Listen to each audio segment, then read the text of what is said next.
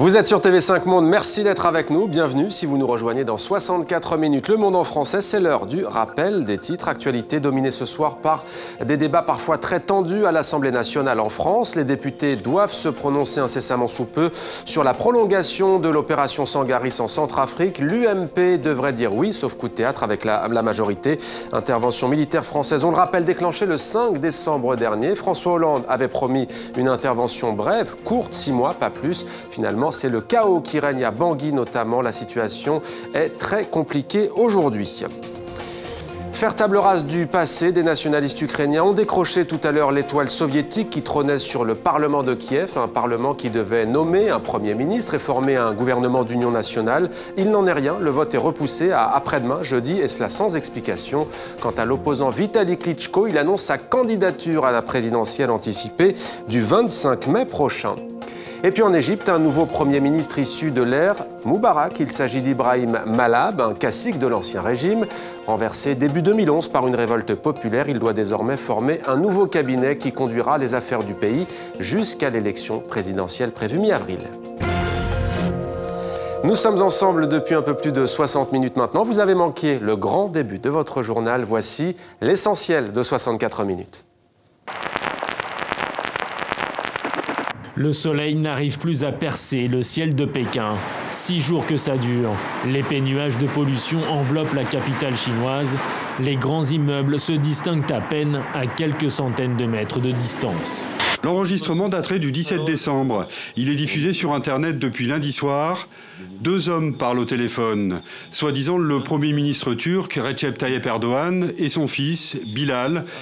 Dans la conversation, le père conseille au fils de se débarrasser de 30 millions d'euros avant une enquête de police sur des proches du pouvoir. Les documents pour sa libération n'étaient pas encore signés.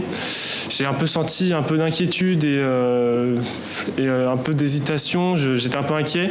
Et au final, à 21h, j'en reçois un autre message qui me dit « Il est à l'ambassade de France au Cameroun ». Depuis 17 ans, il s'accroche tellement à son innocence qu'on ne sait pas comment il va réagir au fait de redécouvrir la vie. Il faut arriver à monter une véritable opération dans l'ensemble de la Centrafrique. Les armées françaises ont besoin d'hélicoptères en nombre très supérieur à ce qui existe. Je crois qu'on a 6 hélicoptères, ce qui est très insuffisant, des avions, de manière à monter une véritable opération, ce qui n'est pas le cas aujourd'hui. Ce sont des guerres qui sont de nature religieuse, clanique, sociale, économique. Alors les États peuvent intervenir, mais en général, ils interviennent masqués. Aujourd'hui, depuis le début du XXIe siècle, on a l'Afghanistan, la Libye, le Mali, le Centrafrique, la Syrie. On s'aperçoit que les conflits ont tout à fait changé. Faire table rase du passé. Des nationalistes ukrainiens retirent l'étoile soviétique qui trônait sur le Parlement.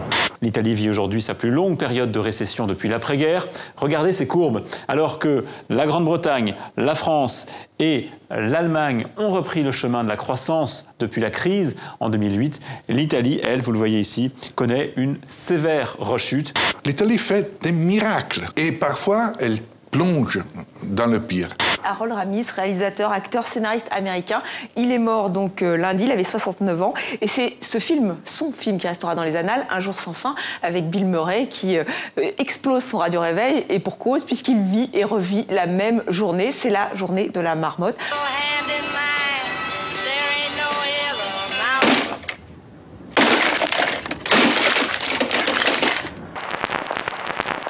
C'était 64 minutes. Merci à vous de nous avoir suivis. À demain sur TV5 Monde.